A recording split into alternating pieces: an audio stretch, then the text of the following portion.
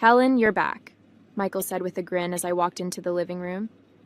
His overly casual tone immediately set off alarm bells.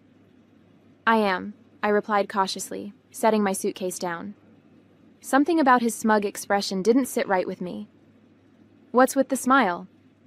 Oh, nothing, he said, waving his hand as if brushing off my question. Then with a flourish, he added, Well, I suppose you'll find out eventually. I made a major business move while you were away. I raised an eyebrow. What kind of move? He leaned back against the arm of the couch, his grin widening.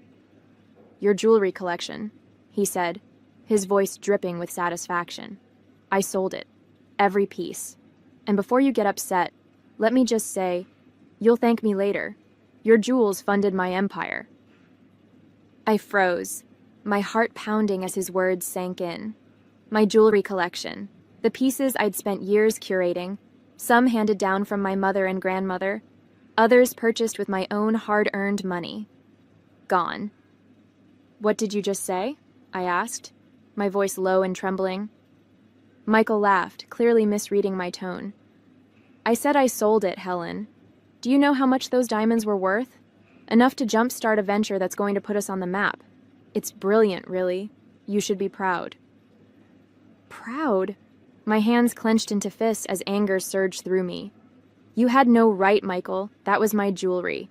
Do you even realize what you've done? He rolled his eyes. Oh, come on, it's not like you wore half of it. It was just sitting there collecting dust. This way, it's actually doing something useful. My name is Helen, and if there's one thing I've learned in my marriage to Michael, it's that his ambition always comes first. When we met, I admired his drive. He had big dreams, and I believed in them. But over the years, I started to see the cracks. How his charm masked a tendency to bulldoze anyone who got in his way. Still, I never thought he'd stoop this low. The jewelry collection wasn't just valuable. It was deeply personal. Every piece had a story, a connection to the life I'd built for myself. And now it was gone, just like that, because Michael had decided my possessions were his to use. But what Michael didn't know, what made his smug grin so infuriating, was that I wasn't as careless as he thought. A few months ago, after hearing about a string of local burglaries, I'd taken precautions. My most valuable pieces had discreet tracking devices embedded in their clasps. I forced myself to stay calm, hiding the storm of emotions brewing inside me. Michael thought he'd won, but the game had only just begun. That night, I sat in my bedroom, staring at the open drawer where my jewelry box used to be. The empty space felt like a void, a physical reminder of what Michael had stolen from me. The anger bubbling inside me was almost too much to contain. He hadn't just sold jewelry, he'd taken pieces of my history, things I could never replace. The sapphire ring my grandmother had given me on her 80th birthday. The diamond bracelet my mom wore on her wedding day. Even the gold pendant I'd bought for myself after landing my first big job. Every piece meant something, and Michael had tossed them away like they were nothing more than a stepping stone for his empire. My fingers hovered over my phone. I wanted to call him out right then and there, scream at him, demand answers. But I knew better than to confront him when I was this angry. Instead, I opened the tracking app I'd installed months ago. The screen lit up with a map, little red dots scattered across the city. My breath caught as I realized they were still active. My necklace was at a jewelry consignment store downtown. The bracelet? It had already moved to a warehouse in the industrial district. The app even showed timestamps, tracking the journey of my belongings as they changed hands. A grim sense of satisfaction replaced my anger. Michael might think he'd pulled one over on me, but I had something he didn't. Evidence. If the tracking data was accurate, I could not only find out where my pieces were, but also prove that Michael had stolen them. I picked up my phone and called Megan, my best friend and the one person I could always count on. Megan, I said as soon as she answered, you're not going to believe what Michael did. What now? She asked, already exasperated. I explained everything, the sale, his smug attitude, the tracking devices. By the time I finished, she was as furious as I was. Helen, You have to go to the police, she said firmly. I will, I said, feeling a flicker of determination. First thing tomorrow. I ended the call and sat back, staring at the glowing dots on the screen. Michael had no idea what was coming, and for once I felt like I had the upper hand. The next morning I walked into the local police station, my phone in hand and my nerves wound tight. I'd never had to file a report like this before, but Megan's voice echoed in my head. You have to go to the police. She was right.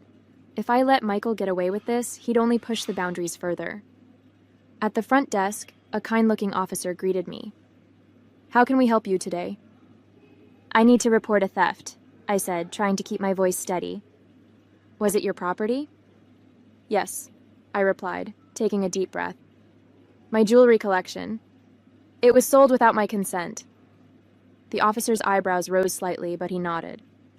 Let's get some details. He motioned for me to follow him to a desk, where I explained everything. Michael's actions, the value of the jewelry, and the tracking devices I'd installed. When I showed him the app, his expression turned serious. This is excellent evidence, he said, jotting down notes. If these tracking devices are active, we may be able to retrieve some of the items. Do you have a list of what was taken? I do, I said, pulling out a notebook I'd filled with every piece and its approximate value.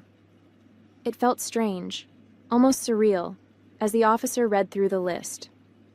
The sapphire ring, the diamond bracelet, the gold pendant, they were more than just numbers on a page.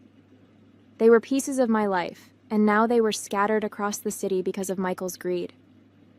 The officer, whose name tag read Detective Carter, looked up from his notes. We'll start by verifying the locations of the tracking signals. If the items are where you say they are, this could be a straightforward recovery. However, since your husband sold them without your consent, this also constitutes fraud. Are you prepared to pursue charges? I hesitated, the weight of his question pressing down on me. Yes, I said finally. I want him held accountable. Detective Carter nodded, his expression resolute. Good. Let's get started. As I left the station, a mix of emotions churned inside me. Relief, knowing the police were taking this seriously. Anger, remembering Michael's smug grin when he told me what he'd done. And most of all, determination. For years, I'd let Michael take and take, convincing myself it wasn't worth the fight. But this time was different. This time I was fighting back. By the time I got home, the adrenaline from filing the report had started to fade, leaving me with a mix of exhaustion and anxiety. I replayed the conversation with Detective Carter in my mind, wondering how Michael would react once he realized the police were involved. The thought didn't sit well. Michael had always been good at spinning situations to his advantage, turning himself into the victim no matter how egregious his actions were. I'd seen it before. How he could charm his way out of responsibility with a smile and a clever excuse. But this time, he didn't know I was one step ahead. That evening, Megan came over, a bottle of wine in hand.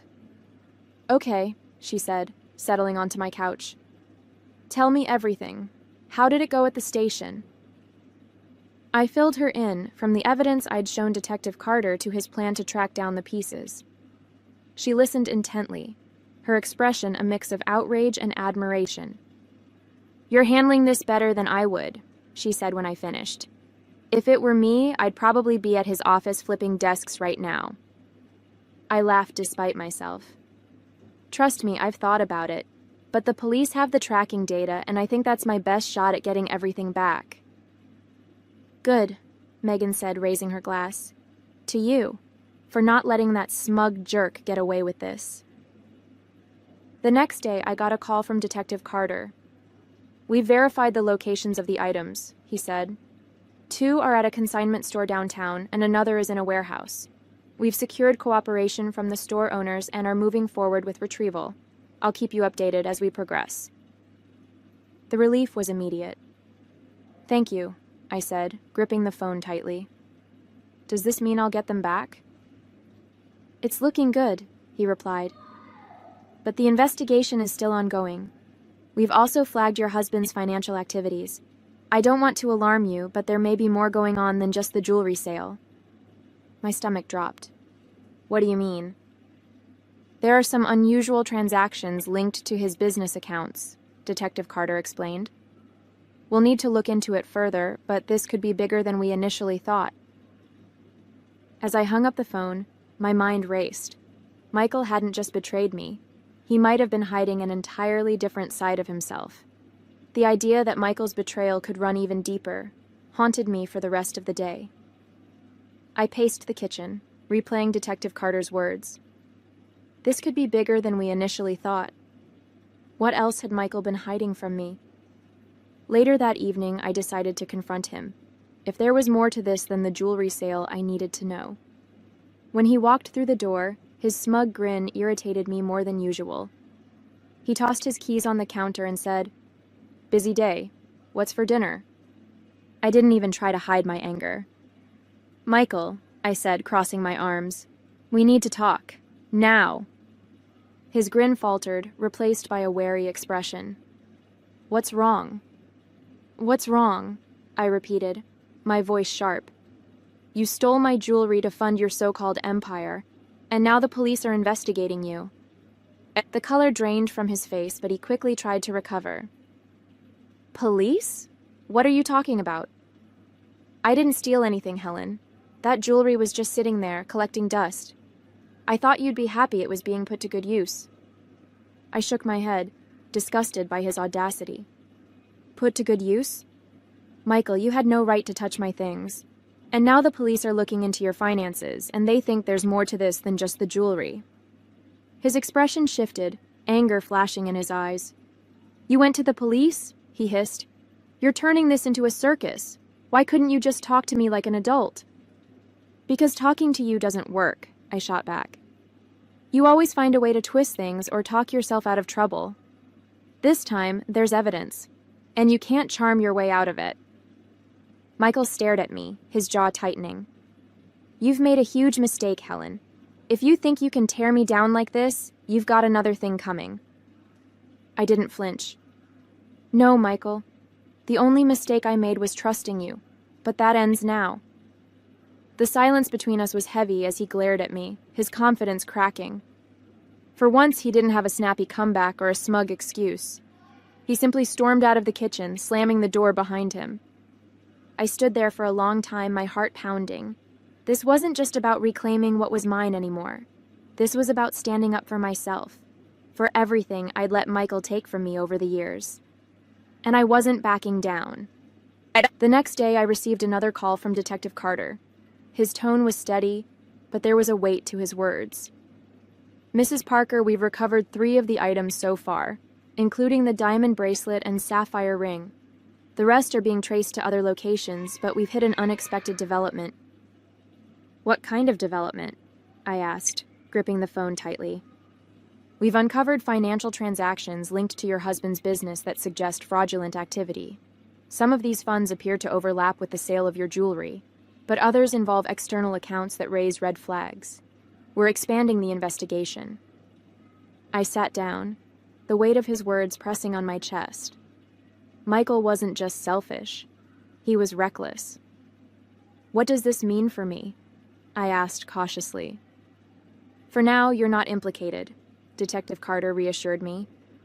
"But it's important that you remain cooperative and provide any additional information we request. Your husband's actions could have serious legal consequences." I hung up and stared at the phone in disbelief. What had Michael gotten himself into? Selling my jewelry was bad enough, but fraud? I felt like I was living with a stranger, someone I no longer recognized. That evening, I called Megan. "The police think Michael's involved in something bigger," I said, pacing the living room. "They're looking into his business accounts." Megan didn't sound surprised. "Honestly, Helen, I'm not shocked. The way he carries himself, like the rules don't apply to him, it was only a matter of time before it caught up with him." "But how could I not have seen this?" I asked, my voice breaking. "I married him, trusted him, and now everything feels like a lie." Megan's tone softened. "You couldn't have known, Helen. He's good at hiding things, at manipulating people. But this isn't your fault." You're doing the right thing by standing up for yourself." Her words gave me some comfort, but the anger and betrayal still churned inside me. Later that night, Michael came home. His usual confidence was gone, replaced by an air of frustration and barely contained rage. "I know what you've been doing," he said, his voice low and venomous. "The police, the bank. Do you have any idea what kind of damage you've caused?" "I didn't cause this, Michael," I said, meeting his glare. "You did. And now you're finally facing the consequences." He laughed bitterly. "You think you've won? This isn't over, Helen." "You're right," I said calmly. "It's not over. But it's out of your hands now." For the first time, I saw fear flicker in his eyes. The following morning, I received another call from Detective Carter. "Mrs. Parker," he began, his tone steady but serious. "We've recovered several more items from your jewelry collection. They were traced to a private auction house downtown." Relief washed over me. "Does that mean I'll get them back soon?" I asked, my voice trembling with a mix of hope and exhaustion. "Yes," Detective Carter confirmed. "We're working through the legal process to return the recovered items to you. But there's another development. The financial records tied to your husband's business show evidence of tax evasion and embezzlement. It's a growing case." Hearing those words didn't surprise me anymore. By this point, I'd come to accept that Michael wasn't just careless. He was deeply unethical. I thanked Detective Carter and hung up, my resolve hardening. I couldn't let Michael's actions drag me down any further. That afternoon, I took the first tangible step toward reclaiming my independence. I contacted a lawyer Megan had recommended, someone who specialized in both family law and financial recovery.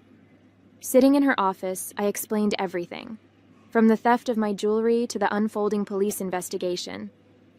"This is a mess," she said, flipping through her notes. "But the good news is, you've already done a lot to protect yourself by going to the authorities. We can file for a formal separation and begin securing your personal assets." Hearing those words was both terrifying and empowering. I'd never imagined I'd be sitting in a lawyer's office, planning to disentangle my life from my husband's. But after everything Michael had done, I knew it was the only way forward. "What about his business?" I asked. "Could this affect me financially?" "Potentially," she replied. "That's why it's important to establish clear boundaries now. If his business is under investigation, we need to ensure your finances are protected." Later that evening, as I reviewed the paperwork the lawyer had given me, Megan called to check in. "How are you holding up?" she asked. "I'm okay," I said, surprising even myself with the honesty of the statement. "For the first time in weeks, I feel like I'm in control. It's not easy, but I know I'm doing the right thing." "You are," Megan said firmly, "and you're stronger than you realize, Helen. Don't forget that." As I hung up, I glanced at the stack of documents on the table. The road ahead wasn't going to be easy, but for the first time, I felt ready to face it. 2 days later, I met Detective Carter at the station to review the progress of the investigation. "Mrs. Parker," he said, gesturing for me to sit across from him, "we've traced almost all of your jewelry and confirmed it was sold through high-value channels. The auction house and consignment stores involved have provided full cooperation." "That's a relief," I said, feeling a small weight lift off my shoulders. "And Michael? What's happening with him?" Detective Carter leaned forward, folding his hands on the desk. "The evidence against him is significant. Between the unauthorized sale of your jewelry and the fraud tied to his business accounts, the DA is preparing charges. He's not going to walk away from this." Hearing those words filled me with a mix of satisfaction and sadness. Michael's actions had hurt me deeply, but knowing he would face consequences was a step toward justice. That evening, Michael came home late. I was sitting in the living room, surrounded by legal documents and paperwork from the bank. He stopped in the doorway, his face hard and defensive. "What is all this?" he asked, nodding toward the papers. "Divorce filings," I said evenly, not looking up from the page I was reviewing. His eyes widened, and for a moment I saw genuine shock on his face. "You're divorcing me?" he asked, his voice tinged with disbelief. "Yes, Michael," I said, meeting his gaze. "This is the end. I won't let you drag me down with you any further." He scoffed, running a hand through his hair. "You think you're going to come out of this unscathed? I built everything for us, Helen. Everything I've done was for this family." I laughed bitterly. "You didn't do it for us. You did it for yourself. You stole from me, lied to me, and left me to clean up your messes. This family? It was always just about you." He stared at me, his confidence slipping away with each word. "You don't mean this?" he said finally. "You can't mean this." "I do," I said firmly, "and you'll see just how serious I am when you're served." For the first time since this ordeal began, Michael was speechless. He turned and stormed out of the room, slamming the door behind him. I exhaled deeply, the sound of the door echoing in my ears. This wasn't just the end of my marriage, it was the beginning of reclaiming my life. The next morning, I got a call from my lawyer. "Helen, the papers have been filed. Michael will be served later today," she said, her tone professional but empathetic. I let out a breath I didn't realize I was holding. "Thank you," I said softly. "Helen, I know this is a tough process," she added, "but you've handled this with strength and clarity. Keep focusing on your next steps. We're in your corner." After the call, I sat at the kitchen table with my coffee, staring out the window. For weeks, my life had felt like a whirlwind of betrayal, anger, and frustration. But now, for the first time, there was a sense of clarity. The pieces of my jewelry were being recovered, the police investigation was progressing, and the divorce filings marked a definitive break from the chaos Michael had brought into my life. That afternoon, Detective Carter called with more updates. "Mrs. Parker, I wanted to let you know that charges are being formally filed against your husband. Between the unauthorized sale of your property and the financial fraud linked to his business accounts, he's facing multiple counts." I felt a wave of relief wash over me. "Does this mean I'll be able to recover everything he sold?" "It's likely," Detective Carter replied. "The evidence is strong, and the cooperating parties have agreed to release the items back to you as soon as the case progresses. But more importantly, the justice system is holding him accountable." "Thank you," I said, my voice steady. When I hung up, I realized something profound. I wasn't angry anymore. I wasn't consumed by the betrayal or the need to make Michael pay. I was simply ready to move on. That evening, I met Megan for dinner. She raised her glass with a grin. "To Helen," she said, "the woman who didn't just survive, she thrived." I laughed, clinking my glass against hers. "I don't know if I'd call it thriving just yet, but I'll take it." Megan leaned in, her expression serious. "You're stronger than you think, Helen. You took control when it mattered most. Don't forget that." Her words stayed with me as I drove home that night. For years, I'd let Michael's ambition overshadow my own sense of self-worth. But now, as I looked ahead, I saw nothing but possibilities. A week later, I received a call from Detective Carter.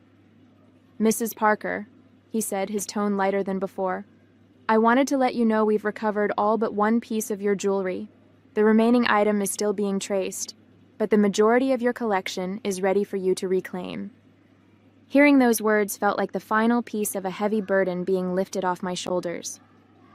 "Thank you, Detective," I said, relief evident in my voice. "I can't tell you how much this means to me."